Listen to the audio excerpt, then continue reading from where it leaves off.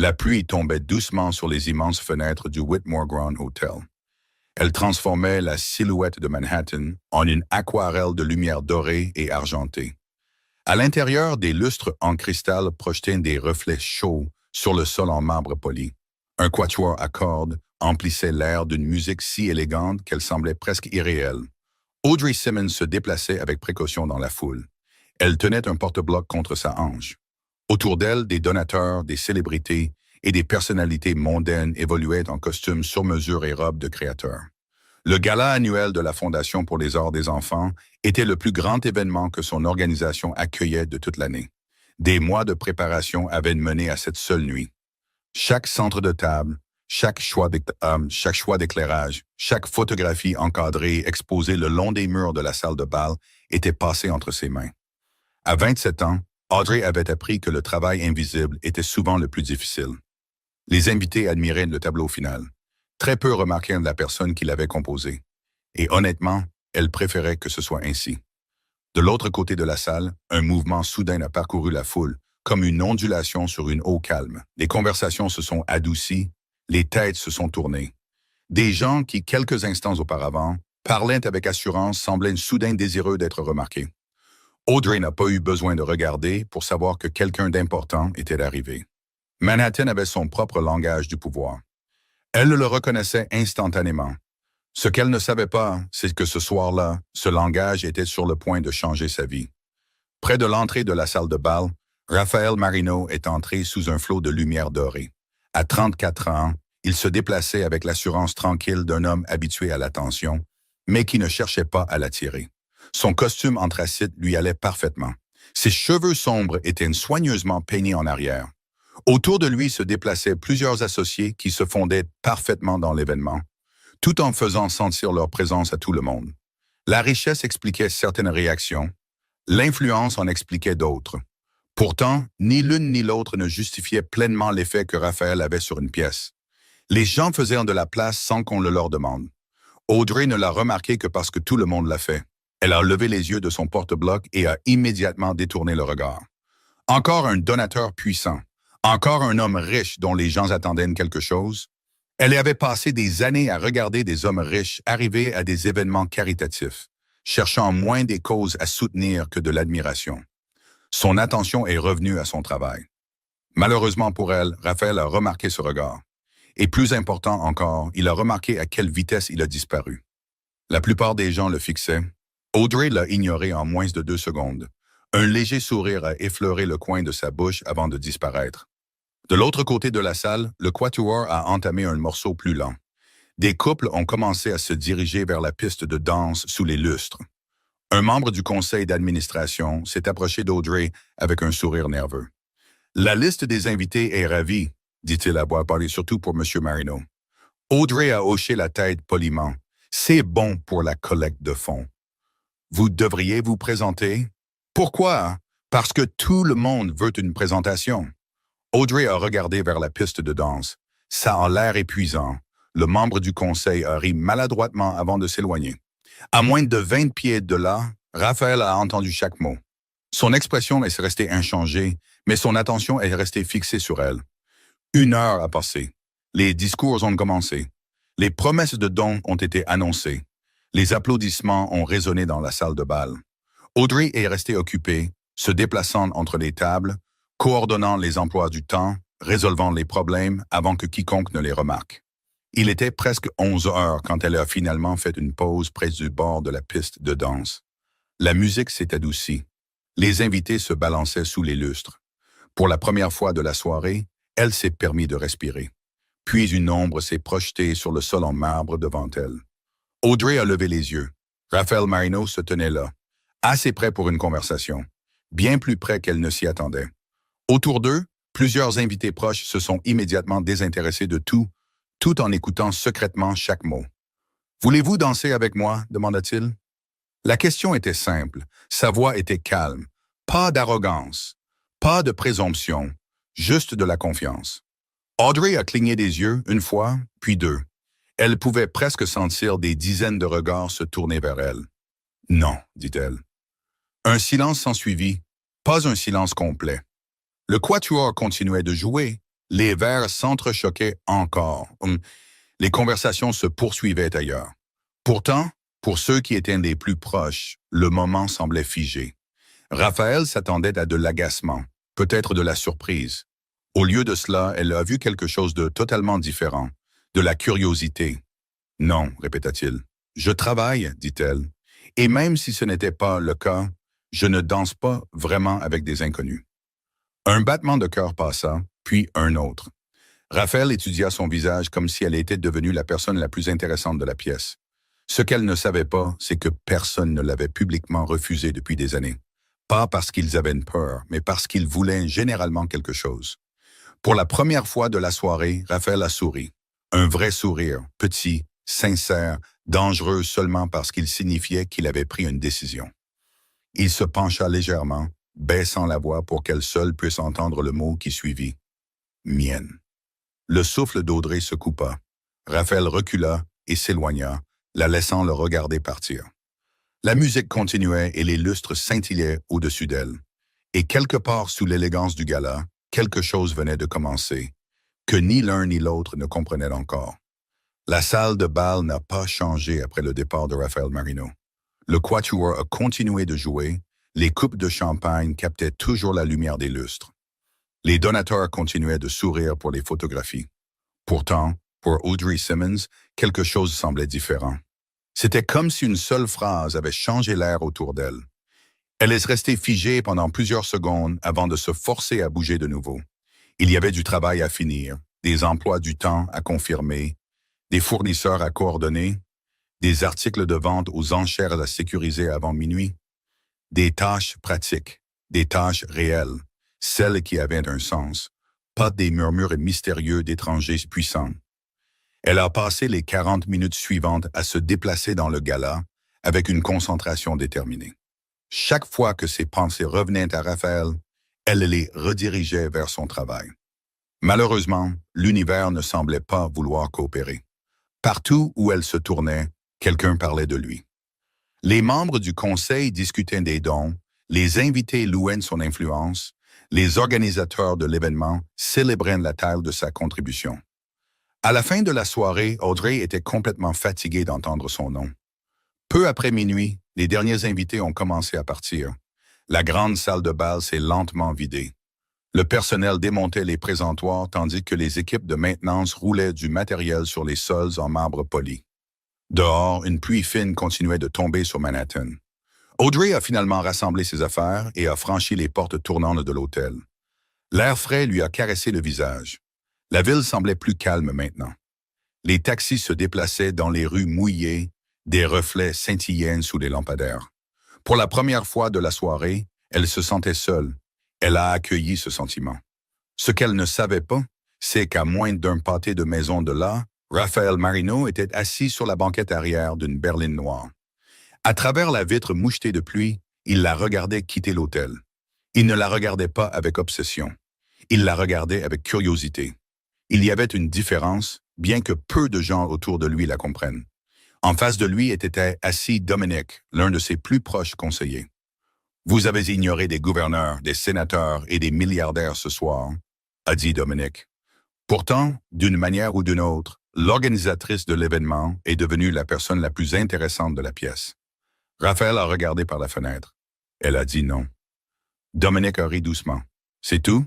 Raphaël a réfléchi à la question. « Non. » Elle a dit non parce qu'elle le pensait. Dehors, Audrey a commencé à marcher vers l'entrée du métro, à 3 pâtés de maison de là. Elle préférait les transports en commun chaque fois que possible. Cela lui rappelait que la vie existait au-delà des hôtels de luxe et des galas de charité. Ses talons claquaient sur le trottoir humide. La ville sentait la pluie et le béton. Familier, honnête. À mi-chemin du pâté de maison, son téléphone a vibré. Un message de son amie Claire est apparu. Audrey a souri malgré elle, à peine. « Je crois que j'ai besoin de 3 jours de sommeil. » Claire a répondu immédiatement. « Ça en valait la peine? » Audrey a fait une pause avant de taper. « Ça dépend. » Réponse étrange. Que s'est-il passé? Audrey a fixé l'écran pendant plusieurs secondes. Puis elle a écrit quelque chose qu'elle a immédiatement regretté. Le célèbre donateur m'a demandé de danser. La réponse de Claire est arrivée si vite que cela semblait presque impossible. Et j'ai dit non. Audrey pouvait presque entendre son ami crier à travers le téléphone. « Tu as fait quoi? » Un sourire réticent est apparu sur le visage d'Audrey. Elle a glissé le téléphone dans son sac à main et a continué à marcher. Pour la première fois depuis qu'elle avait quitté la salle de bal, elle en rit doucement pour elle-même. Malheureusement pour elle, le rire a disparu au moment où elle a atteint son immeuble. Quelque chose attendait sur les marches de l'entrée. Un grand paquet rectangulaire enveloppé dans du papier sombre. Audrey a froncé les sourcils. Elle recevait rarement des livraisons, certainement pas à 1 heure du matin. Le paquet ne portait aucune étiquette d'expédition, aucune adresse de retour, juste une petite carte blanche posée dessus. La pluie s'accumulait sur les bords de la boîte. Audrey a regardé autour d'elle dans la rue presque vide. Rien ne semblait inhabituel. Finalement, elle a pris la carte. Son nom était écrit d'une écriture élégante, Audrey Simmons. Son pouce s'est légèrement accéléré. Elle a ouvert la carte. À l'intérieur, une seule phrase avait été écrite. « Merci d'avoir été honnête. » Pas de signature, pas d'explication, mais d'une manière ou d'une autre, elle savait déjà qui l'avait envoyé. Lentement, Audrey a baissé les yeux sur le paquet. Elle l'a monté, a déverrouillé la porte de son appartement et est entrée. L'appartement était petit mais confortable, avec des murs en briques apparentes, des meubles de seconde main, des étagères remplies de livres et de photographies encadrées. C'était l'opposé du monde qu'elle avait laissé derrière elle 1 heure plus tôt. Posant le paquet sur la table de sa cuisine, elle a soigneusement retiré l'emballage.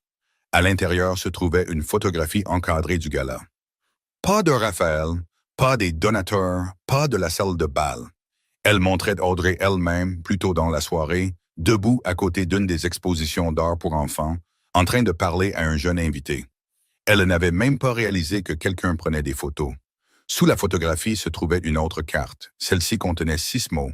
« Ne devenez pas quelqu'un que vous n'êtes pas. » Audrey a fixé le message, puis la suspicion a remplacé l'irritation.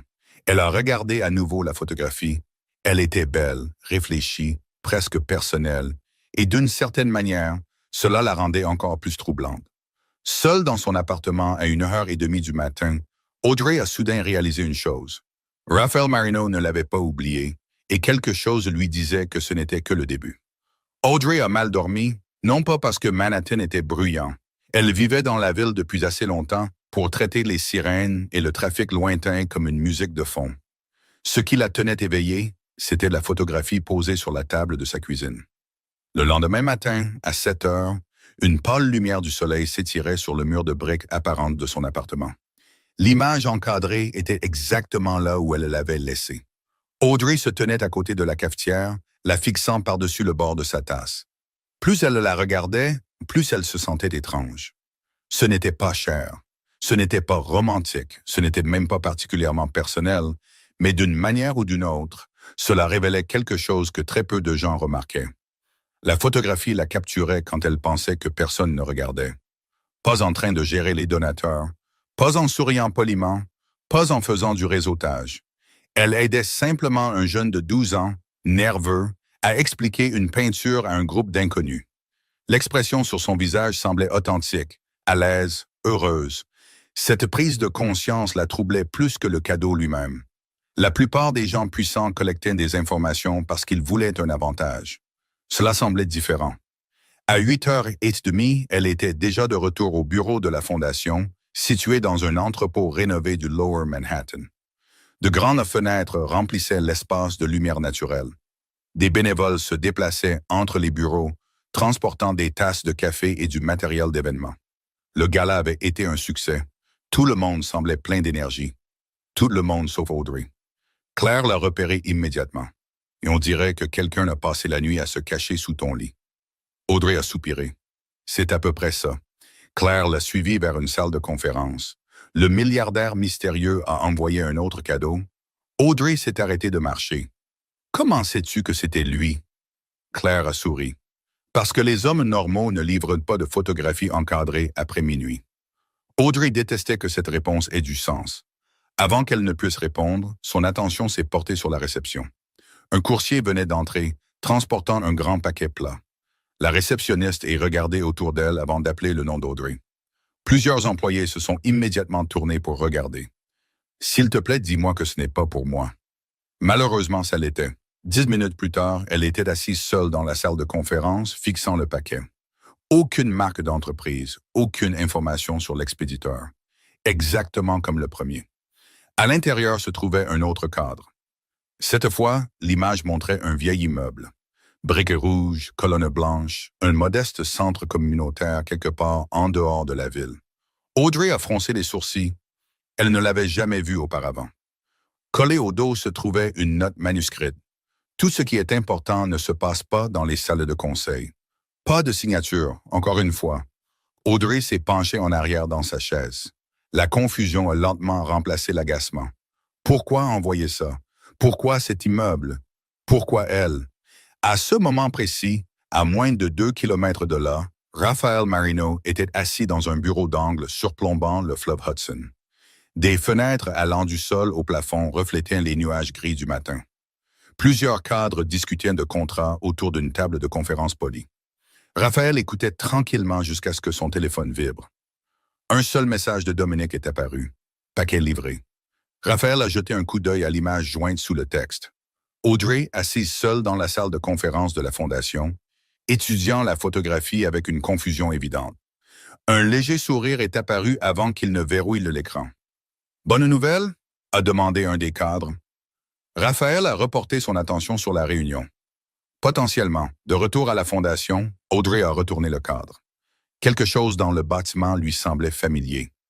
Pas assez familier pour l'identifier, juste assez pour la déranger. Elle a ouvert un moteur de recherche et a tapé l'adresse imprimée faiblement dans un coin de la photographie. Quelques secondes plus tard, plusieurs résultats sont apparus. Le bâtiment était situé à Brooklyn, un centre d'art communautaire. Ses yeux se sont légèrement écarquillés. Il y a 22 ans, le centre avait été fondé par un menuisier local nommé Michael Simmons, le père d'Audrey. La pièce est soudainement devenue très silencieuse. Elle a fixé l'écran. Michael Simmons avait été son père. Il était décédé quand elle avait 15 ans. Elle savait qu'il avait fait du bénévolat dans toute la ville. Elle savait qu'il croyait que les programmes artistiques changeaient des vies, mais elle n'avait jamais vu ce bâtiment auparavant, jamais entendu personne le mentionner. Pourquoi Raphaël lui enverrait-il une photographie liée à son père? Plus important encore, comment était-il même au courant? Son téléphone a vibré. Un numéro inconnu est apparu à l'écran. Audrey a hésité avant de répondre. « Allô ?» Le silence a duré une seconde. Puis une voix familière est arrivée, calme, contrôlée, impossible à confondre. « Vous avez trouvé l'adresse plus vite que je ne le pensais. » Audrey s'est redressée.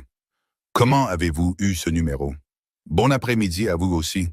Que voulez-vous? » Un petit rire a répondu. « Cela devient votre question préférée. » Audrey s'est levée et s'est dirigée vers la fenêtre. Des nuages de pluie s'amoncelaient de nouveau au-dessus de Manhattan. « Je suis sérieuse. »« Moi aussi, » a répondu Raphaël. « Dites-moi, Audrey, votre père a-t-il déjà mentionné ce bâtiment? » Elle a regardé à nouveau la photographie. « Non. » Un autre bref silence a suivi, plus long cette fois, plus pensif.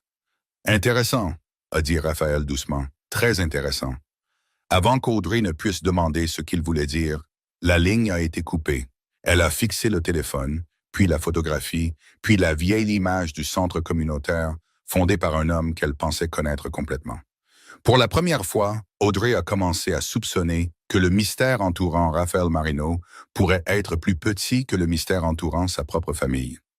Le reste de l'après-midi, Audrey a trouvé impossible de se concentrer. Les courriels s'accumulaient sans réponse. Les rapports budgétaires restaient intacts sur son écran. Toutes les quelques minutes, ses yeux se tournaient vers la photographie, appuyée contre le mur de son bureau. Le vieux centre communautaire semblait ordinaire à première vue. Briques rouges, colonnes blanches, un bâtiment modeste entouré d'arbres. Pourtant, d'une manière ou d'une autre, il était devenu le centre d'un mystère qu'elle ne comprenait pas. À 5 heures, la curiosité l'a emportée. Elle a pris son sac, a quitté le bureau de la Fondation et s'est dirigée vers Brooklyn. La pluie avait finalement cessé, laissant la ville lavée et propre sous une couverture de nuages argentés. La circulation se déplaçait lentement sur le pont. Les lampadaires s'allumaient alors que le soir s'installait sur la ville. 40 minutes plus tard, Audrey se tenait de l'autre côté de la rue, face au bâtiment de la photographie. Le temps l'avait changé. De la peinture fraîche couvrait des parties de l'extérieur. De nouveaux aménagements paysagers entouraient l'entrée. Des enfants riaient quelque part à l'intérieur. À travers les fenêtres de devant, elle pouvait voir des chevalets, des fournitures d'art et des peintures murales colorées couvrant les murs. L'endroit semblait vivant, chaleureux, familier d'une manière qu'elle ne pouvait expliquer. Elle a traversé la rue et a poussé la porte d'entrée. L'odeur de peinture et de vieux bois flottait dans le hall. Des photographies encadrées couvraient un mur entier. Événements communautaires, cours d'art, collecte de fonds caritatifs, des décennies d'histoire locale. Une femme d'une 60aine d'années était assise derrière le bureau de la réception, triant des papiers. Elle a levé les yeux et a souri. « Je peux vous aider? » Audrey a rendu le sourire. « J'espère bien. Je m'appelle Audrey Simmons. » L'expression de la femme a changé immédiatement. La surprise a traversé son visage, puis la reconnaissance. Audrey a cligné des yeux. « Vous connaissiez mon père? » La femme a ri doucement. « Tout le monde ici connaissait votre père. » Audrey a senti son pouce accélérer. « Je ne suis même jamais venu ici auparavant. »« C'est impossible, » a dit la femme. « Ce bâtiment existe grâce à lui. » Audrey a regardé autour d'elle dans le hall. « Pouvez-vous m'en parler? » La femme s'est présentée comme Martha et a passé les 20 minutes suivantes à guider Audrey à travers le centre. Chaque pièce semblait liée à son père d'une manière ou d'une autre. Plaques de bourse d'études, photographies d'archives, coupures de journaux, récompenses communautaires. En marchant, Audrey a découvert des histoires qu'elle n'avait jamais entendues auparavant. Des enfants dont la vie avait été changée par des programmes d'art gratuits, des familles aidées pendant des moments difficiles, des projets de quartier organisés par des bénévoles. Michael Simmons apparaissait partout, mais rien de tout cela ne correspondait à la version de son père dont elle se souvenait. À la maison, il avait été gentil mais silencieux, humble, presque réticent à discuter de ses réalisations. Ici, il semblait plus grand que nature. « Pourquoi ne m'a-t-il jamais parlé de tout ça ?» a demandé Audrey. Martha a souri tristement. « Votre père n'a jamais aimé l'attention. » Ils se sont arrêtés à côté d'une vitrine près de l'arrière du bâtiment. À l'intérieur se trouvaient des dizaines de photographies des premières années du centre. Audrey s'est penchée plus près, puis s'est figée. Une image a immédiatement attiré son attention. Elle montrait son père debout à côté d'un autre homme à l'extérieur du bâtiment pendant sa construction. La photo avait clairement été prise plus de 20 ans plus tôt. Les couleurs étaient légèrement passées, mais le visage du second homme restait reconnaissable. Audrey a regardé avec incrédulité. L'homme ressemblait exactement à Raphaël Marino. Pas le Raphaël d'aujourd'hui, plus jeune peut-être d'une décennie, mais indéniablement lui. Les mêmes yeux, c'est impossible, a chuchoté Audrey. Martha a suivi son regard. « Oh, celle-là, qui est ça? » Martha a hésité. « Je ne suis pas sûr. Il n'est venu que quelques fois. » Audrey ne pouvait pas détacher son regard de la photographie. « Vous souvenez-vous de son nom? » Non, Michael ne l'a jamais présenté correctement. Audrey sentit son cœur battre plus vite. La chronologie n'avait aucun sens. Il y a 22 ans, Raphaël n'aurait été qu'un adolescent à Omaha. Pourquoi se tiendrait-il à côté de son père? Pourquoi connaîtrait-il ce bâtiment?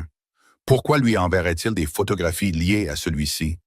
Les questions s'empilaient les unes sur les autres. Puis Martha a montré le coin inférieur de la vitrine. Il y a autre chose. Audrey a baissé les yeux. Une petite plaque de laiton se trouvait sous la photographie. La plupart des lettres s'étaient effacées avec le temps. Elle s'est penchée plus près jusqu'à ce qu'elle puisse lire l'inscription.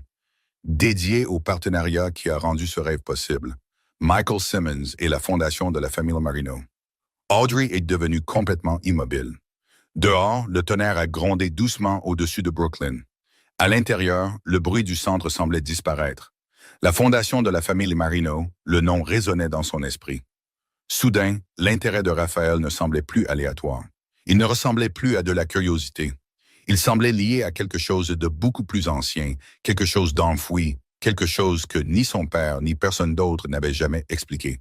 Et tandis qu'Audrey regardait la plaque délavée sous la photographie, elle a réalisé une vérité troublante. Raphaël Marino ne l'avait pas cherché. Il aurait pu chercher son père depuis le début. Audrey a quitté le centre communautaire bien après le coucher du soleil. La ville s'était transformée en une rivière de phares et de reflets, chaque trottoir mouillé brillant sous les lumières dispersées de Brooklyn. Elle a marché lentement vers la station de métro, ses pensées se déplaçant plus vite que les trains sous les rues. La fondation de la famille Marino, les mots refusaient de quitter son esprit. Elle avait passé des années à croire qu'elle comprenait la vie de son père. Maintenant, en moins de 48 heures, elle avait découvert un chapitre entier qui semblait avoir disparu de l'histoire familiale. Au moment où elle a atteint son appartement, la pluie était revenue, douce, persistante, presque légère. Elle a déverrouillé sa porte, est entrée et a immédiatement traversé le salon pour aller à la bibliothèque. De vieux albums photos occupaient l'étagère du bas. La plupart n'avaient pas été ouverts depuis des années. La poussière s'accrochait au bord. Audrey les a emportés sur la table de la cuisine et a commencé à tourner les pages sous la lueur chaude d'une seule lampe. Anniversaires, événements scolaires, vacances en famille, des centaines de moments ordinaires. Elle a cherché pendant des heures. Minuit est venu et est passé. Puis, vers la fin du plus vieil album, elle a trouvé quelque chose d'inhabituel. Une photographie partiellement cachée entre deux pages. L'image montrait son père debout à côté d'un chantier de construction. Derrière lui s'élevait la charpente du centre communautaire. Audrey n'avait jamais vu cette photo auparavant. Son père était plus jeune, plus heureux en quelque sorte. À côté de lui se tenaient 3 autres personnes. La photographie était endommagée près d'un coin, rendant 2 visages difficiles à identifier, mais le 3e visage restait visible. Un homme dans un manteau cher, cheveux sombres, yeux sérieux, pas Raphaël. Pourtant, la ressemblance était impossible à ignorer. Audrey a fixé l'image pendant un long moment, puis elle l'a retournée. Écrit à l'encre bleue délavée, il y avait 6 mots. Pour Lorenzo, l'avenir commence ici. Son souffle s'est coupé. Un autre Marino, une autre connexion, une autre question. Le lendemain matin, elle est arrivée à la fondation, épuisée. Le café l'a à peine aidée. Son esprit restait piégé dans un puzzle qui semblait s'agrandir à chaque réponse qu'elle trouvait. Vers 10 heures, Claire est entrée dans son bureau, portant 2 dossiers et une expression inquiète. « Tu as l'air terrible. » Audrey a réussi un faible sourire. « Merci. » Claire s'est assise. Ce n'était pas un compliment. Audrey a hésité avant de lui montrer la photographie. Claire l'a étudiée attentivement. « Qui est Lorenzo? » »« Je ne sais pas. »« Et cet homme? » »« Je pense qu'il pourrait être lié à Raphaël. » Claire s'est penchée en arrière dans sa chaise. « Tu te rends compte que les gens normaux passent leurs week-ends à regarder des films. » Audrey a ri malgré elle. Ça faisait du bien, c'était nécessaire. Pendant un instant, le mystère a semblé moins écrasant. Puis le téléphone de son bureau a sonné. Les 2 femmes l'ont regardé vers le bureau. L'extension n'affichait aucun numéro interne. Audrey a répondu avec prudence. « Allô? Vous avez trouvé plus que ce que j'attendais. » La voix familière a immédiatement effacé son sourire. Les yeux de Claire se sont écarquillés de l'autre côté de la pièce. Audrey s'est levée et s'est dirigée vers la fenêtre. « Est-ce que vous me suivez? » demanda-t-elle. « Non. »« Alors comment savez-vous toujours où j'ai été? » Un bref silence a flotté sur la ligne. « Parce que les gens m'appellent quand votre nom apparaît. » Audrey s'est frotté le front. D'une manière ou d'une autre, cette réponse semblait encore pire. « Vous n'avez toujours rien expliqué de tout ça. »« Pas encore. »« Pourquoi? » Plus de silence. Dehors, les nuages dérivaient au-dessus de la ligne d'horizon de Manhattan. À l'intérieur, Audrey attendait. Finalement, Raphaël a parlé. « Parce que j'essaie de déterminer si votre père a laissé quelque chose derrière lui. » Audrey s'est figée. Quelque chose, des informations. Sur quoi? C'est la question. Sa voix est restée calme, mais quelque chose sous ce calme avait changé. Pour la première fois, elle a détecté de l'incertitude. Pas de la peur, pas de l'hésitation, quelque chose de plus proche de l'inquiétude.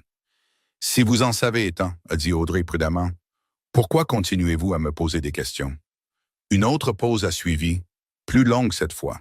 « Parce que je commence à réaliser que vous en savez aussi peu que moi. » La déclaration l'a frappée plus fort qu'elle ne s'y attendait. Jusqu'à présent, elle avait supposé que Raphaël possédait des réponses. Au lieu de cela, il semblait piégé dans le même mystère. Cette prise de conscience a changé quelque chose entre eux, mais peut-être de la compréhension. Avant qu'elle ne puisse poser une autre question, Raphaël a de nouveau parlé. Vérifiez la photographie une fois de plus. Audrey a froncé les sourcils. « Quoi?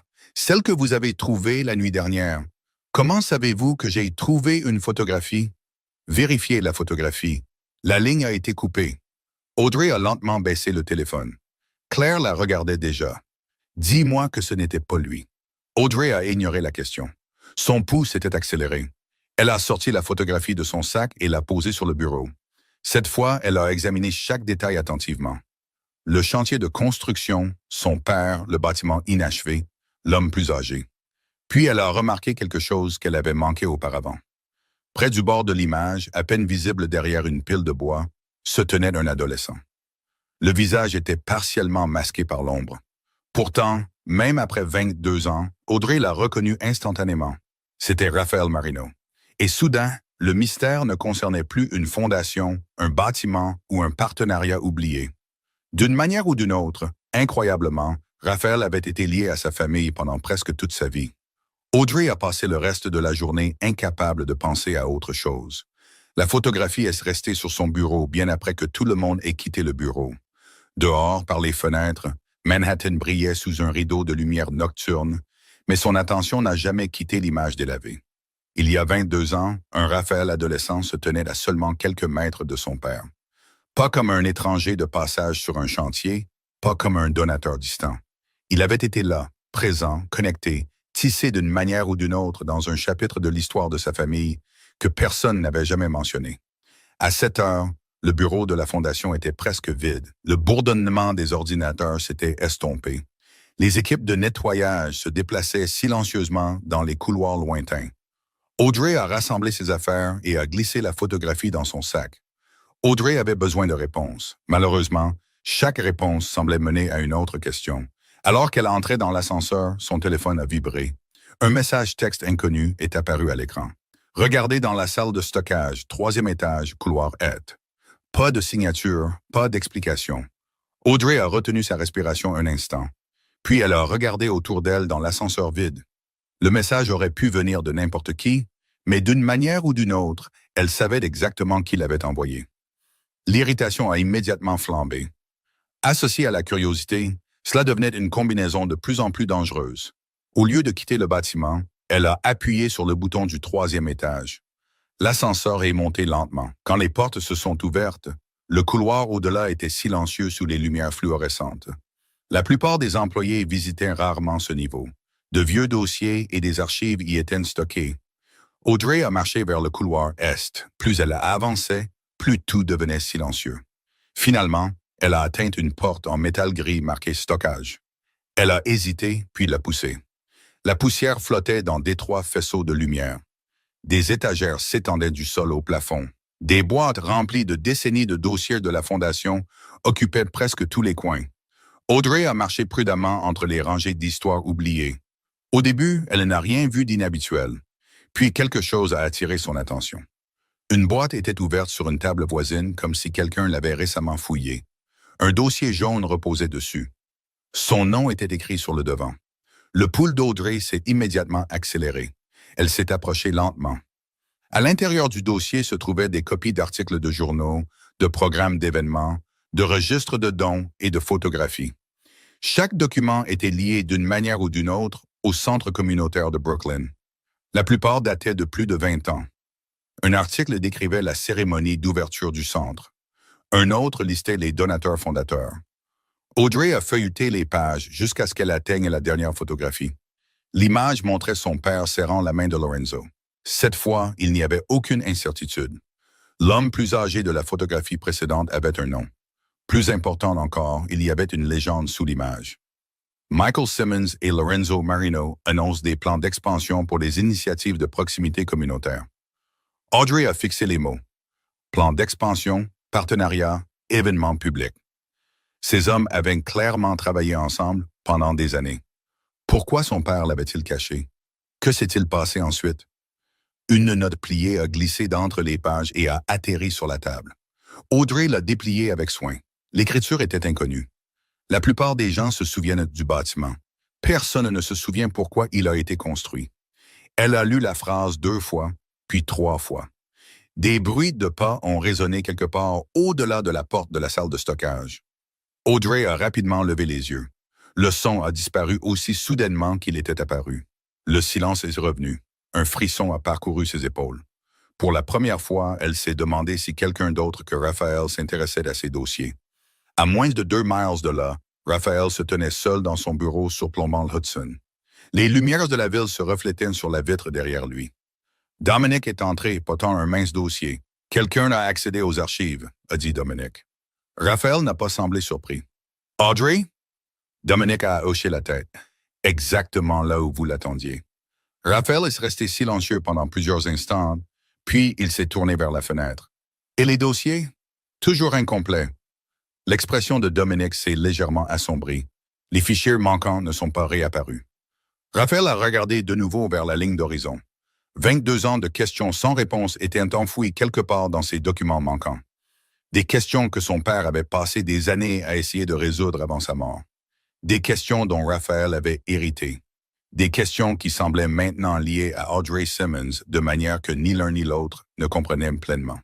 De retour dans la salle de stockage, Audrey a soigneusement rassemblé les papiers et les a remis dans le dossier, où elle ne croyait plus être tombée sur une vieille histoire de famille. Cela semblait différent, plus grand, plus délibéré. Alors qu'elle attrapait la dernière photographie une dernière fois, quelque chose a glissé de l'arrière du cadre et a atterri sur la table. C'était une clé, petite, en laiton, assez vieille pour montrer de l'usure sur les bords. Attachée à elle pendait une étiquette délavée, marquée d'un seul numéro manuscrit, 214. Et pour la première fois depuis le début de ce mystère, Audrey a trouvé un indice qui ne pointait pas vers le passé. Il pointait vers quelque chose qui attendait d'être ouvert. Audrey n'a pas quitté la salle de stockage immédiatement. La clé en laiton reposait dans sa paume tandis que l'étiquette délavée marquée 214 se balançait doucement sous les lumières fluorescentes. Elle semblait plus lourde qu'elle n'aurait dû. Non pas à cause de sa taille, mais à cause de ce qu'elle représentait.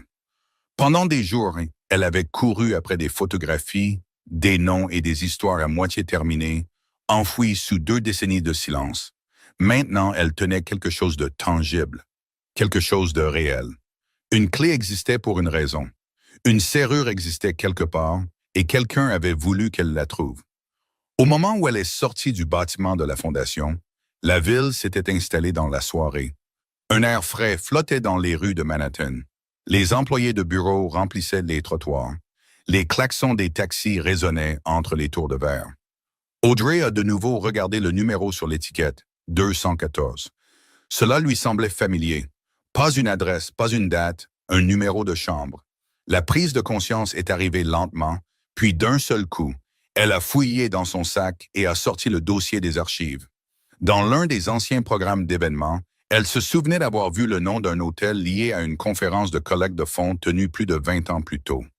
Son pouls s'est accéléré alors qu'elle feuilletait des pages. Le voilà, l'hôtel Lexington House, un bâtiment qui n'était plus un hôtel. Il y a plusieurs années, il avait été converti en bureau et en espace événementiel privé.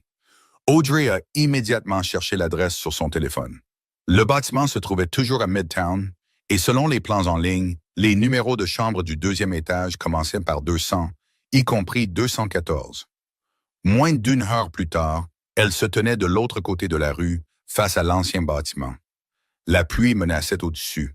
La structure semblait oubliée par rapport aux tours polies qui l'entouraient.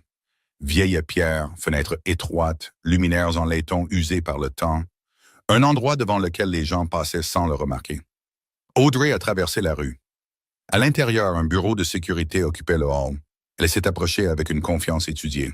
« Je cherche des archives liées à une ancienne fondation caritative », a-t-elle dit. « On m'a dit qu'il pourrait y avoir des dossiers ici. » Le gardien de sécurité âgé a à peine levé les yeux. 2e étage. La plupart de ces pièces sont vides maintenant. Audrey l'a remercié et est entrée dans un ascenseur qui semblait presque aussi vieux que le bâtiment lui-même. Le trajet a duré moins de 30 secondes. Pourtant, au moment où les portes se sont ouvertes, son rythme cardiaque avait doublé. La chambre 214 se trouvait près du bout d'un couloir silencieux. « Pas de tabano, pas. Non, juste une porte en bois. » Elle s'est arrêtée devant et a regardé la clé en laiton. Pendant un bref instant, elle a envisagé de faire demi-tour. Toute cette situation semblait impossible. Son père, Lorenzo Marino, Raphaël adolescent. Trop de coïncidences s'étaient déjà accumulées. Lentement, elle a inséré la clé dans la serrure. La porte s'est ouverte. La poussière l'a accueillie en premier, puis le silence. La pièce au-delà ressemblait à un bureau oublié, figé dans le temps. Des classeurs bordaient les murs. De vieux bureaux étaient recouverts de draps blancs. Une seule fenêtre donnait sur la ville. La lumière du jour déclinante peignait tout en or et en gris. Audrey est entrée. L'air sentait le papier et le temps. Sur un mur se trouvait une armoire métallique sans serrure. Elle l'a ouverte avec précaution. À l'intérieur se trouvaient des dizaines de dossiers. La plupart portaient des dates de plus de 20 ans. Projets communautaires, rapports de financement, registres de propriété. Elle a cherché méthodiquement jusqu'à ce qu'un dossier attire son attention. Partenariat de la Fondation Marino. Ses mains tremblaient légèrement en l'ouvrant. Les premières pages contenaient des documents ordinaires, des registres financiers, des notes de réunion, des permis de construire. Puis elle a trouvé une lettre. Le papier avait jauni avec le temps. En bas figuraient deux signatures, Michael Simmons, Lorenzo Marino. Audrey a lu chaque ligne, puis l'a relue. La lettre décrivait une vision partagée, un engagement à créer des programmes artistiques pour les quartiers défavorisés. Rien de secret, rien de suspect, juste deux hommes essayant de construire quelque chose de significatif. Pourtant, une phrase a tout changé. En cas de circonstances imprévues, restera protégé jusqu'à ce que la dette soit remboursée. Audrey a fixé ces mots, la dette. Pas de l'argent, pas une propriété, autre chose. La dette, des bruits de pas ont résonné derrière elle. Elle s'est retournée brusquement. Dans l'embrasure de la porte se tenait Raphaël Marino. Son costume sombre contrastait avec la lumière du soleil déclinante derrière lui. Pendant plusieurs secondes, aucun n'a parlé. Audrey a regardé de la lettre à son visage. « Vous saviez que je viendrais ici. » L'expression de Raphaël est restée calme. « J'espérais que vous le feriez. » Audrey a levé le document. Quelle dette! Pour la première fois depuis qu'elle l'avait rencontré, l'incertitude est apparue dans ses yeux. Petite, fugace, réelle. Puis il est entré dans la pièce et a répondu tranquillement à la question qui les avait hantés tous les deux pendant des jours. La dette que ma famille devait à votre père. La pièce semblait plus petite après que Raphaël eut parlé. La poussière flottait dans la lumière déclinante du soleil. Quelque part au-delà de la fenêtre, Manhattan continuait de vivre une autre soirée ordinaire. Pourtant, à l'intérieur de la chambre 214, plus rien ne semblait ordinaire. Audrey le fixa à travers le bureau oublié. « Votre famille devait une dette à mon père. » Raphaël hocha la tête une fois. Ses yeux ne quittèrent jamais les siens. Une dette qui n'a jamais été remboursée. Audrey baissa les yeux sur la lettre dans ses mains. Le papier semblait soudain fragile. 22 ans de questions reposaient entre ses plis. « Commencez par le début, » dit-elle doucement. Raphaël se dirigea vers l'un des vieux bureaux et posa sa main sur le bois usé. Pendant un instant, il sembla moins l'homme puissant qu'elle avait rencontré au gala et plus quelqu'un portant le poids d'une histoire qu'il n'avait jamais voulu hériter. « Mon père parlait rarement du passé, dit-il. Quand j'avais 12 ans, j'ai surpris une conversation entre lui et Lorenzo. Il discutait d'un homme nommé Michael Simmons. Il parlait de lui avec respect, presque avec gratitude. » Audrey écouta attentivement. « Pourquoi? » Raphaël jeta un coup d'œil à la lettre. « Parce que votre père a aidé à sauver quelque chose qu'ils étaient sur le point de perdre. » Elle fronça les sourcils. « La fondation? » Plus que ça. La pluie commença à taper doucement contre la vieille fenêtre. Le son remplit le silence entre eux. Raphaël continua. « Il y a 22 ans, Lorenzo voulait étendre les programmes communautaires dans tout New York. Le projet était en difficulté. Problèmes de financement, complications juridiques, retard. La plupart des gens sont partis. » Audrey pensa à la photographie qu'elle avait trouvée, au bâtiment inachevé, aux bénévoles. « Mon père est resté. » « Oui. » La voix de Raphaël s'adoucit légèrement. Tout le monde voyait un projet difficile.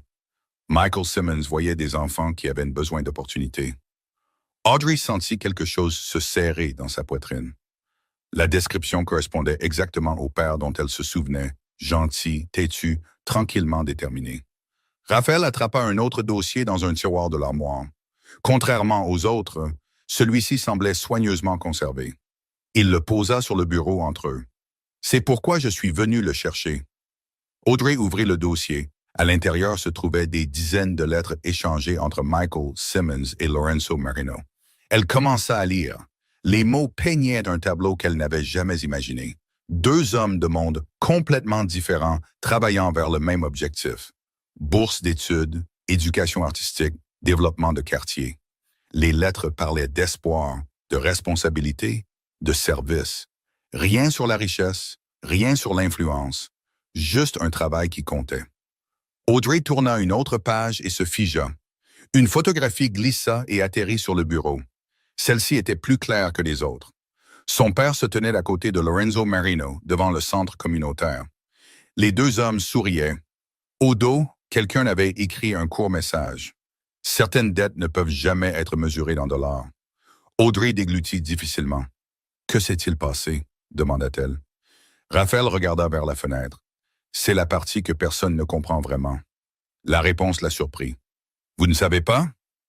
Pour la première fois depuis qu'elle l'avait rencontré, Audrey entendit une véritable frustration dans sa voix. Après l'ouverture du centre, des dossiers ont commencé à disparaître. Des projets se sont terminés de manière inattendue. La communication s'est arrêtée. Puis votre père est mort. La pièce tomba dans le silence. Audrey baissa les yeux. Même après 12 ans, entendre ces mots faisait encore mal. Raphaël continua prudemment. Mon père a passé le reste de sa vie à essayer de comprendre ce qui s'était passé. Et maintenant, vous faites la même chose. Oui, Audrey regarda de nouveau les lettres. Chaque page semblait révéler une version de son père qu'elle n'avait jamais connue. Un homme dont l'influence s'étendait bien au-delà de leur famille. Un homme respecté par des gens qu'elle n'avait jamais rencontrés. Puis elle remarqua une autre enveloppe cachée près du bas du dossier. Contrairement aux autres, elle était restée scellée. Michael Simmons était écrit sur le devant d'une écriture élégante. Le pouls d'Audrey s'accéléra immédiatement. « L'avez-vous ouverte? » demanda-t-elle. Raphaël secoua la tête. « Non. » « Pourquoi pas? » « Parce qu'elle lui était adressée. » La réponse la prit au dépourvu. Elle l'étudia un instant. La plupart des gens dans sa position l'auraient ouverte il y a des années, mais d'une manière ou d'une autre, ils l'avaient laissée intacte, l'attendant. Audrey brisa soigneusement le sceau. À l'intérieur se trouvait une seule feuille de papier. Le message était court, douloureusement court. Ses yeux parcoururent la page, puis s'arrêtèrent. Toutes les couleurs semblèrent s'estomper de la pièce. « Qu'est-ce que c'est? » demanda Raphaël. Audrey leva les yeux. Sa voix s'éleva à peine au-dessus d'un murmure. « C'est de Lorenzo. » Raphaël fit un pas en avant. « Que dit-elle? » Audrey fixa la dernière phrase écrite sur la page. Une phrase qui changeait tout ce qu'il pensait savoir. Puis elle la lut à voix haute. « S'il m'arrive quelque chose, dis la vérité à Michael. Il m'a sauvé la vie bien avant de sauver la fondation. » Les mots restèrent en suspens dans la pièce bien après qu'Audrey eut fini de les lire. La pluie continuait de taper contre la fenêtre. Le vieux bureau restait figé dans la lumière déclinante du soir, mais tout semblait différent maintenant. Michael Simmons n'avait pas simplement travaillé avec la famille Marino. Il avait sauvé la vie de Lorenzo Marino. Audrey baissa lentement la lettre. Ses mains tremblaient. En face d'elle, Raphaël restait complètement immobile. Pour la première fois, peut-être depuis qu'elle l'avait rencontré, il avait l'air véritablement stupéfait. « Mon père n'a jamais su ça, » dit-il doucement. Audrey regarda. « Vous en êtes sûr? » Raphaël hocha la tête. « S'il l'avait su, il me l'aurait dit. » Le silence s'installa entre eux. 22 ans d'histoire manquante semblaient soudain plus proches que jamais. Audrey reporta son attention sur la lettre. La page ne contenait que quelques paragraphes. La plupart discutaient des plans futurs pour le centre communautaire, des programmes de bourse, des efforts d'expansion, du recrutement de bénévoles.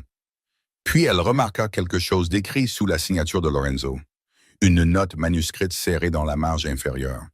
Elle se rapprocha de la fenêtre pour la lire. L'encre s'était estompée. Le temps l'avait presque effacée. Pourtant, plusieurs mots restaient visibles.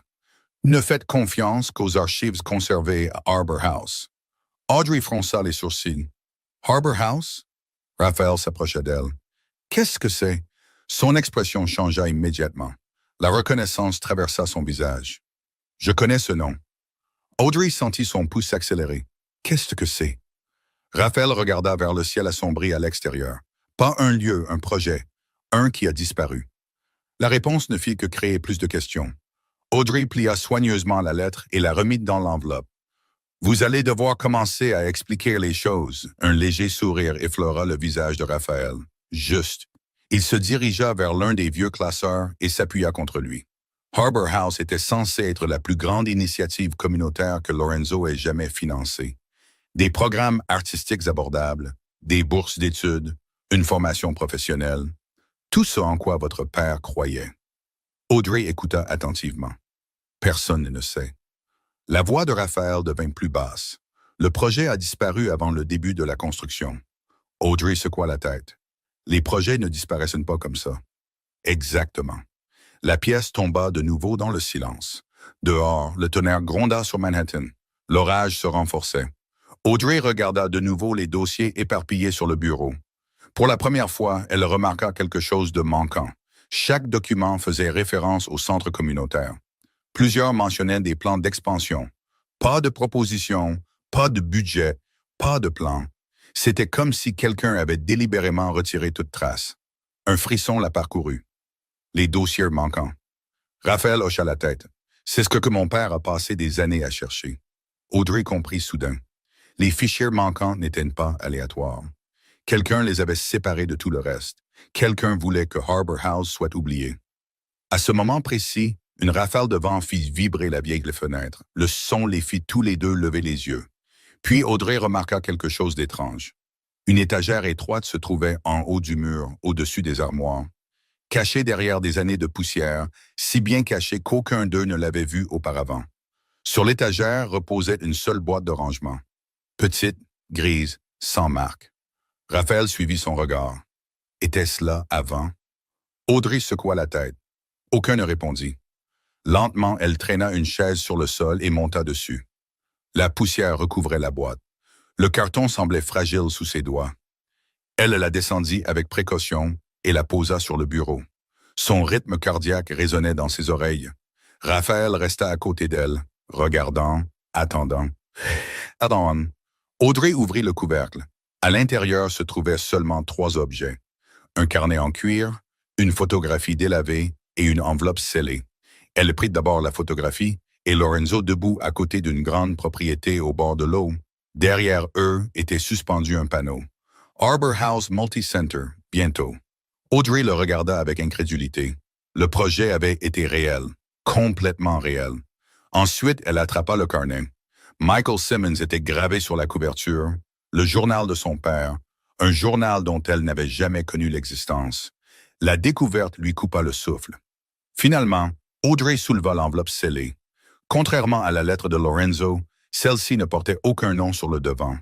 22 ans, la même année où tout a changé. Elle regarda Raphaël. Il la regarda en retour. Aucun ne parla. Lentement, Audrey brisa le sceau. À l'intérieur reposait une seule page pliée. Elle la déplia avec soin. La première phrase lui fit immédiatement arrêter le cœur, car elle était écrite de la main de son père, et le message commençait par 6 mots qu'elle ne s'attendait jamais à lire. Si vous lisez ceci, quelqu'un a enfin trouvé la vérité. Audrey a lu la première ligne 3 fois avant de continuer. Les mots se brouillaient sous la faible lumière du bureau oublié. La pluie battait contre les fenêtres. Le tonnerre grondait quelque part au-delà de la ligne d'horizon. De l'autre côté du bureau, Raphaël restait silencieux. Il comprit instinctivement que cette lettre lui appartenait avant d'appartenir à quiconque. Audrey prit une lente inspiration et continua à lire. L'écriture était indubitablement celle de son père, stable, soignée, familière. Si vous lisez ceci, quelqu'un a enfin trouvé la vérité. Cette phrase était suivie de plusieurs paragraphes écrits des années avant sa mort. Michael Simmons expliquait que Harbor House n'avait jamais échoué à cause de l'argent. Il n'avait jamais échoué à cause du soutien public. Le projet s'est terminé parce que Lorenzo lui-même a choisi de l'arrêter. Audrey a froncé les sourcils. Cela n'avait aucun sens. Tout ce qu'ils avaient découvert suggérait que Lorenzo croyait profondément en la mission. Elle a continué à lire. Il y a 22 ans, Lorenzo a reçu une nouvelle médicale dévastatrice.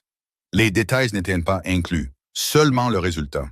Il croyait qu'il ne vivrait pas assez longtemps pour achever le projet.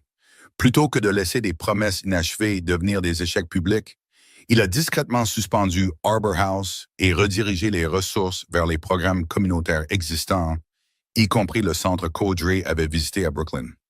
Michael a décrit avoir passé des mois à essayer de faire changer d'avis Lorenzo. Il a échoué. Lorenzo est resté convaincu que protéger ce qui existait déjà importait plus que de poursuivre l'expansion. Audrey a levé les yeux brièvement. Ce n'est pas ce à quoi on s'attendait. Raphaël a hoché la tête lentement. Non. Elle est revenue à la lettre. La section suivante a de nouveau tout changé. Lorenzo n'avait jamais eu l'intention que Harbor House disparaisse définitivement. Il a créé une fiducie privée. Il a transféré les terres, le financement et les plans de développement dans des archives protégées. Puis il a laissé des instructions. Si la future génération choisissait un jour de poursuivre le rêve, tout le nécessaire resterait en attente. Le rythme cardiaque d'Audrey s'est accéléré. Le projet n'avait pas été détruit. Il avait été préservé, caché, en attente. Elle a tourné la page. Près du bas apparaissait un autre passage. Celui-ci semblait plus personnel. Lorenzo craignait que la gratitude ne devienne un fardeau. Michael l'avait sauvé des années plus tôt lors d'un chapitre difficile de sa vie. Pas par des actes héroïques, pas par de l'argent, par la gentillesse, par la loyauté quand presque tout le monde était parti. Lorenzo croyait qu'aucun don financier ne pourrait jamais rembourser cette dette. Au lieu de cela, il a confié à Michael l'avenir de Harbor House. Audrey a légèrement baissé la lettre. Son père n'avait jamais parlé de tout cela, pas une seule fois. Elle a soudain compris pourquoi les anciens documents faisaient référence à une dette impayée. Ce n'était pas une obligation financière. C'était une promesse transmise d'une génération à l'autre. Raphaël a fixé le sol pendant plusieurs instants. Quand il a finalement parlé, sa voix portait une douceur qu'elle n'avait jamais entendue auparavant. Mon père a passé des années à croire qu'il devait à votre père quelque chose d'impossible à rembourser. Audrey l'a regardé. Peut-être qu'ils ressentaient tous les deux la même chose. Aucun n'a souri, mais quelque chose a changé entre eux. Le mystère qui les avait d'abord connectés ne semblait plus conflictuel. Ils étaient maintenant du même côté. Audrey a déplié la dernière page. Une note plus petite est apparue sous la lettre principale. L'écriture semblait hâtive par rapport au reste. Si Audrey trouve un jour ceci, dis-lui qu'elle a hérité de plus que mon nom. Audrey a retenu sa respiration. La pièce est tombée dans le silence. Même l'orage semblait plus calme. Elle a relu la phrase, puis une fois de plus. Raphaël l'a observée attentivement. « Qu'est-ce que c'est » Audrey lui a tendu la page. Quand il a fini, il l'a regardé. « Votre père s'attendait à ça. »« Comment » demanda-t-elle. « Comment aurait-il pu s'attendre à ce que je trouve tout ça ?» Raphaël a jeté un coup d'œil au journal posé sur le bureau. Peut-être que la réponse est là-dedans. Audrey a attrapé le carnet en cuir. Contrairement aux lettres, ce n'était pas un simple message. C'était des années de pensée, des années de planification, des années d'espoir et de frustration enregistrées dans les propres mots de son père. Elle a ouvert la première page. À l'intérieur de la couverture se trouvait une carte pliée, soigneusement conservée, marquée des limites de la propriété Harbor House. Le site proposé s'étendait le long d'un quartier riverain qui était depuis devenu l'une des zones les plus précieuses de New York. Les yeux d'Audrey se sont écarquillés. La fiducie en était toujours propriétaire 22 ans plus tard. Elle a rapidement vérifié les documents joints. Raphaël s'est rapproché. Ensemble, ils ont lu la confirmation finale. La fiducie restait active. La propriété restait protégée. Le financement restait intact. Tout ce que Lorenzo avait caché existait toujours, attendant exactement là où il l'avait laissé. Audrey a lentement baissé les papiers. 22 ans de mystère ont soudainement mené à une vérité indéniable. Harbor House n'a jamais été perdu. Il attendait que quelqu'un le termine. Puis elle a remarqué une dernière phrase manuscrite le long du bord de la carte, plus petite que les autres, facile à manquer. Un message écrit par Michael Simmons lui-même. Quand les bonnes personnes trouveront ceci, le rêve recommencera. L'orage était passé au moment où Audrey et Raphaël ont finalement quitté la chambre 214. La ville à l'extérieur semblait transformée. Les rues brillaient sous les lumières réfléchies. L'air semblait plus propre, plus calme. Pourtant, aucun d'eux n'a beaucoup parlé pendant le trajet vers le centre-ville. 22 ans de mystère s'étaient dénoués en une seule soirée, et tous deux essayaient encore de comprendre ce qui restait. Le lendemain matin, le soleil inondait les fenêtres du bureau de la Fondation. Audrey est arrivée, portant le journal, les lettres et les documents de Harbor House soigneusement emballés dans un portefeuille et en cuir. Pour la première fois depuis des jours, elle ne se sentait pas confuse. Elle se sentait certaine. La vérité n'était plus cachée. Son père n'avait pas fait partie d'un scandale. Il n'avait pas été trahi. Il n'avait pas disparu dans un mystère inachevé. Il avait passé des années à protéger une promesse qui avait survécu bien après sa disparition. Vers midi, Audrey se tenait pour la première fois sur la propriété de Harbour House. Le front de mer s'étendait devant elle sous un ciel bleu vif. Des ferries traversaient le fleuve au loin, des mouettes planaient au-dessus, des tours de verre s'élevaient au-delà du rivage. Pourtant, malgré tous les changements, elle pouvait encore imaginer ce que Lorenzo et Michael avaient autrefois envisagé. Des ateliers d'art, des salles de classe, des programmes de bourse. Un lieu construit pour l'opportunité plutôt que pour le profit. Un lieu où les enfants pourraient découvrir des avenirs plus grands que leurs circonstances. Des bruits de pas se sont approchés derrière elle. Audrey s'est retournée et a trouvé Raphaël marchant sur la propriété. Pas de garde du corps, pas d'assistant, juste lui. Il s'est arrêté à côté d'elle et a regardé vers l'eau. « Mon père m'amenait ici », dit-il doucement. Audrey lui jeta un coup d'œil. Après l'arrêt du projet, il hocha la tête, le vent soufflait dans l'herbe du front de mer. Pendant plusieurs instants, aucun ne parla. Puis, Audrey ouvrit le journal à l'une des dernières entrées. Elle avait passé la majeure partie de la nuit à lire. Les pages révélaient des frustrations, des espoirs, des revers et des rêves. Mais un passage se démarquait de tous les autres. Elle le tendit à Raphaël. Il lut en silence. L'entrée décrivait une conversation entre Michael et Lorenzo, deux amis debout sur cette même propriété. Deux hommes discutant de ce qui se passerait si aucun d'eux ne vivait assez longtemps pour terminer le travail eux-mêmes. En bas, Michael avait écrit une observation finale. Les grands projets ne sont jamais possédés. Ils sont hérités. Raphaël baissa lentement le journal. Ses yeux restaient fixés sur la page. Il ressemble exactement à l'homme que mon père a décrit. Audrey sourit doucement. J'aurais aimé connaître cette version de lui. Peut-être que vous la connaissez. Elle le regarda. Que voulez-vous dire? Raphaël ferma le journal. Vous avez passé votre vie à créer des opportunités pour les gens. Ça me semble familier. Le compliment l'a pris au dépourvu, non pas à cause de ce qu'il a dit, mais parce qu'il le pensait sincèrement. Le silence qui suivit fut confortable, différent de la tension qui avait défini leur première rencontre. Le mystère les avait réunis. Maintenant que ce mystère était parti, ce qui restait était quelque chose auquel aucun ne s'attendait. Le respect, la compréhension, la confiance. Plus tard dans l'après-midi, ils ont rencontré les avocats supervisant la fiducie dormante. Chaque document confirmait la même conclusion. La propriété restait protégée. Le financement restait disponible. Harbour House pouvait enfin être achevé exactement comme ses fondateurs l'avaient prévu. La promesse avait survécu. La dette avait été honorée. La vérité avait été trouvée. À la fin de la réunion, l'avocat principal sourit et fit glisser les derniers documents sur la table. Je crois que cela conclut une très longue histoire. Audrey échangea un regard avec Raphaël. Pendant un instant, aucun ne bougea, puis tous deux rirent doucement parce qu'ils comprenaient quelque chose que l'avocat ne comprenait pas. Ce n'était pas la fin de l'histoire, c'était simplement la fin du mystère. Ce soir-là, Audrey retourna au centre communautaire de Brooklyn. Martha l'accueillit chaleureusement. Des enfants peignaient sur des chevalets, des bénévoles se déplaçaient dans les salles de classe. La vie continuait exactement comme elle l'avait toujours fait. Audrey se tint une dernière fois devant le mur de photographie. Son père souriait sur des dizaines de cadres. Lorenzo aussi. En les regardant maintenant, elle comprenait enfin ce que tout le monde avait vu depuis le début. Pas des hommes puissants, pas des hommes importants, juste deux personnes qui avaient choisi de laisser quelque chose de meilleur derrière elles. Puis ses yeux se dirigèrent vers l'entrée. Raphaël se tenait là, observant tranquillement de l'autre côté de la pièce. Et pour la première fois depuis qu'elle l'avait rencontré, Audrey réalisa qu'elle souriait avant même de le vouloir.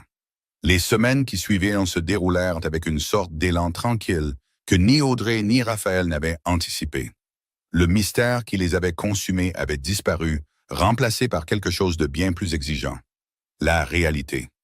Les architectes examinèrent les anciens plans de Harbour House, les avocats finalisèrent les transferts de fiducie, les dirigeants communautaires assistèrent à des réunions, les bénévoles offrirent leur soutien. Pour la première fois en plus de 2 décennies, un rêve qui n'existait que dans des lettres et des photographies délavées commença à prendre forme dans le monde réel. Un matin d'automne frais, Audrey se tenait sur la propriété au bord de l'eau, regardant les arpenteurs marquer les limites sous un ciel bleu vif. Le fleuve reflétait la lumière du soleil comme du verre brisé. La construction n'avait pas encore commencé, mais le terrain vide ne semblait plus abandonné. Il semblait plein d'attentes, vivant. Elle pouvait presque entendre les échos de l'avenir. Des enfants qui rient, des portes qui s'ouvrent, des opportunités qui commencent. Tu ressembles exactement à ton père quand tu fais ça. Audrey se tourna vers la voix familière. Martha se tenait à côté d'elle, tenant 2 tasses de café. « Faire quoi ?» demanda Audrey. Martha sourit, regardait un projet impossible comme s'il était déjà terminé. Audrey rit doucement et accepta le café. L'observation aurait dû la gêner. Au lieu de cela, elle la remplit de chaleur. Pendant les semaines qui ont suivi la découverte de la vérité, elle avait cessé de mesurer son père à ce qu'elle avait perdu à sa mort. Elle avait commencé à le mesurer à ce qu'il avait laissé derrière lui. La différence changeait tout. Plus tard dans l'après-midi, Audrey trouva Raphaël assis seul près du bord de la propriété. Le vent soufflait dans l'herbe du front de mer autour de lui. La ligne d'horizon de la ville s'étendait à l'horizon. Pour une fois, il n'y avait pas de réunion, pas de téléphone, pas d'interruption, juste le silence. Elle s'assit à côté de lui. Aucun ne parla immédiatement. Le calme était maintenant confortable, familier. « J'ai passé des années à croire que mon père portait un fardeau secret, » dit finalement Raphaël. Audrey le regarda. Et il regarda un ferry traverser le fleuve. Il s'avère qu'il portait de la gratitude. La réponse la fit sourire. Raphaël rendit le sourire un instant plus tard, petit, sincère, le genre qui apparaissait plus souvent maintenant qu'à leur première rencontre. « Et vous ?» demanda-t-il.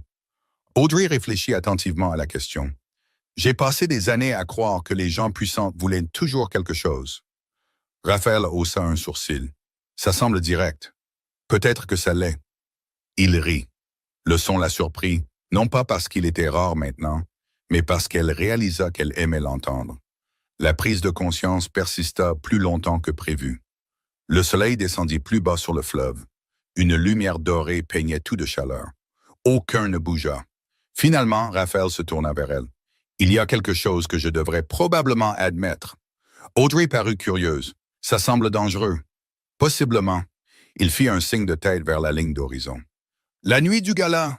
Je ne m'attendais pas à ce que vous refusiez de la danse. » Audrey gémit immédiatement. « On discute vraiment de ça encore? » « Absolument. » Elle détourna le regard, incapable de cacher son sourire. « Vous avez survécu. »« À peine. »« Très dramatique. » Raphaël secoua la tête. « Vous n'avez aucune idée. » La conversation dériva vers un rire facile. Pas de flirt, pas de tension, une confiance gagnée lentement, naturellement, à travers des expériences partagées plutôt que de grandes déclarations. À l'approche du soir, des représentants de la construction arrivèrent, portant des rendus mis à jour de Harbour House. Audrey et Raphaël les rejoignirent dans un bureau de planification temporaire surplombant la propriété. De grands dessins couvraient les murs. Atelier d'art, salle de classe, espace de performance, centre de bourse d'études. Chaque détail reflétait la vision originale préservée par Michael et Lorenzo. Pourtant, l'attention d'Audrey revenait sans cesse à un rendu particulier. Près de l'entrée principale se trouvait un petit jardin commémoratif. Elle reconnut immédiatement les noms Michael Simmons, Lorenzo Marino, côte à côte, fondateur, partenaire, ami. Quelque chose se serra doucement dans sa poitrine, poste de la tristesse, de la paix. Bien plus tard, après que tout le monde soit parti, Audrey resta seule dans le bureau de planification. Le crépuscule remplissait la pièce. Le fleuve au-delà des fenêtres brillait sous les premières lumières du soir. Elle se tint devant le rendu du mémorial pendant plusieurs instants. Puis elle entendit des pas derrière elle. Elle n'eut pas besoin de se retourner. D'une manière ou d'une autre, elle savait déjà qui c'était. Raphaël s'arrêta à côté d'elle. Ensemble, ils regardèrent le dessin en silence. Finalement, il parla. « Je pense qu'il serait une fière. » Audrey hocha la tête. « Moi aussi. » Elle jeta un coup d'œil vers lui. Leurs regards se croisèrent. Aucun mystère ne restait entre eux. Aucune question sans réponse. Aucune histoire cachée. Seulement l'honnêteté, la fondation de quelque chose de entièrement nouveau. Dehors, les lumières de la ville se reflétaient sur l'eau tandis que Harbour House attendait le début de la construction. Et debout ensemble dans la lueur tranquille de l'avenir inachevé, Tous deux réalisèrent que la promesse dont ils avaient hérité avait déjà changé leur vie. Un an plus tard, la salle de bal était presque exactement la même. Des lustres en cristal projetaient une lumière dorée sur les sols en marbre poli. Un quatuor à cordes jouait sous des plafonds hauts. Les invités se déplaçaient dans la pièce en costumes élégants et robes de soirée. Des rires flottaient dans l'air. Les coupes de champagne reflétaient les lumières de la ville au-delà des immenses fenêtres. Pourtant, tout le reste avait changé. Audrey se tenait près du centre de la pièce, regardant une présentation projetée sur un écran énorme suspendu au-dessus du sol du gala. Des images de Harbour House remplissaient la salle de bal. Des enfants peignant dans des studios lumineux, des étudiants recevant des bourses, des familles participant à des programmes communautaires. Des rêves qui n'existaient autrefois que dans des lettres oubliées existaient maintenant dans la vie réelle. La salle éclata en applaudissements lorsque l'image finale apparut. Harbour House avait ouvert ses portes 6 mois plus tôt. Des milliers de personnes avaient déjà franchi ses portes. Le projet que Michael Simmons et Lorenzo Marino n'avaient jamais eu la chance de terminer était enfin devenu réalité. Audrey sourit en regardant le public se lever. La fierté réchauffait sa poitrine, non pas à cause de la reconnaissance, non pas à cause des louanges, mais parce que les promesses avaient été tenues. De l'autre côté de la salle de bal, Martha essuyait des larmes de ses yeux. D'anciens bénévoles s'embrassaient, les dirigeants communautaires célébraient. Pendant un moment parfait, le passé et le présent semblaient se tenir ensemble dans la même pièce. Audrey s'éloigna de la foule et se dirigea vers l'une des hautes fenêtres surplombant Manhattan. Une pluie fine tombait dehors, la même pluie douce qui avait accompagné tant de moments au cours de l'année écoulée. Elle posa sa main contre le verre frais et regarda la ville. Il y a un an, elle croyait que l'histoire de son père s'était terminée bien avant qu'elle ne soit prête. Maintenant, elle comprenait quelque chose de différent. Les personnes que nous perdons ne disparaissent pas toujours. Parfois, elles laissent des directions. Parfois, elles laissent des responsabilités. Parfois, elles laissent de l'espoir. Derrière elles, les applaudissements s'estompèrent progressivement à la fin de la présentation. Une musique douce revint. Des couples commencèrent à se diriger vers la piste de danse. Audrey sourit pour elle-même. Puis elle entendit des pas familiers s'approcher. Elle n'eut pas besoin de se retourner. Certaines personnes devenaient reconnaissables bien avant qu'elle ne parle. Raphaël s'arrêta à côté d'elle. Les lumières de la ville se reflétaient sur la vitre derrière eux. Pendant un moment, aucun ne dit rien. Ils regardèrent simplement la ligne d'horizon ensemble. Ils auraient aimé cette soirée, dit finalement Raphaël. Audrey hocha la tête. Je pense qu'ils l'auraient adoré. Le silence s'installa confortablement entre eux. Pas gênant, pas incertain, paisible. Le genre de silence gagnait avec le temps. Le genre construit sur la confiance. Il jeta un coup d'œil vers la salle de bal bondée. Vous souvenez-vous du premier gala? Audrey rit immédiatement. Malheureusement, je m'en souviens différemment. J'en suis sûr, il sourit. Vous avez refusé de danser. Je travaillais. Cette excuse a un an. Audrey secoua la tête. Vous n'allez jamais laisser tomber ça, n'est-ce pas? Aucune chance. La réponse la fit rire à nouveau. Le son semblait facile, naturel. Quelque part au cours de l'année précédente, elle avait cessé d'attendre des motifs cachés de sa part. Elle avait cessé de le mesurer à sa réputation. Elle avait appris à le mesurer à ses choix à la place, et chaque choix important avait révélé la même chose. Un homme essayant d'honorer les personnes qui l'avaient précédé. Un homme essayant de devenir meilleur que les suppositions attachées à son nom. Raphaël regarda vers la piste de danse, puis de nouveau vers Audrey. Aucun discours dramatique ne suivit, aucune grande déclaration, juste un simple geste. Il lui offrit sa main. La même salle de bal, la même musique et la même ville au-delà des fenêtres. Pourtant, tout était différent maintenant. Un an plus tôt, elle avait vu un étranger puissant se tenant devant elle. Maintenant, elle voyait quelqu'un en qui elle avait entièrement confiance, quelqu'un qui était devenu une partie de sa vie de manière que ni l'un ni l'autre n'aurait pu prédire. Audrey regarda sa main, puis lui. Un sourire effleura son visage. Cette fois, elle n'hésita pas. Elle plaça sa main dans la sienne. Ensemble, ils se dirigèrent vers le centre de la salle de bal, tandis que l'orchestre passait à un morceau plus lent. Autour d'eux, les conversations s'adoucirent Non pas à cause de l'influence, non pas à cause du pouvoir, mais parce que tout le monde reconnaissait le bonheur quand il le voyait. Sous les lustres, Raphaël et Audrey entrèrent sur la piste de danse. Aucun mystère ne restait non résolu, aucune promesse ne restait impayée. Harbour House se dressait sur le front de mer exactement comme il était censé le faire. La dette entre deux familles s'était transformée en quelque chose de bien plus significatif. Un héritage, une amitié, de l'espoir. La musique continua alors qu'ils se déplaçaient sous la lueur chaude des lumières de la salle de bal. Dehors, la pluie tombait doucement sur Manhattan. À l'intérieur, un rêve vieux de 22 ans était enfin rentré à la maison. Et là où une histoire se terminait, non pas avec des secrets ou des questions, mais avec de la gratitude, deux personnes découvrirent que parfois, l'héritage le plus important n'est pas l'argent, la propriété ou l'histoire. Parfois, c'est simplement de trouver la personne qui vous aide à porter l'avenir.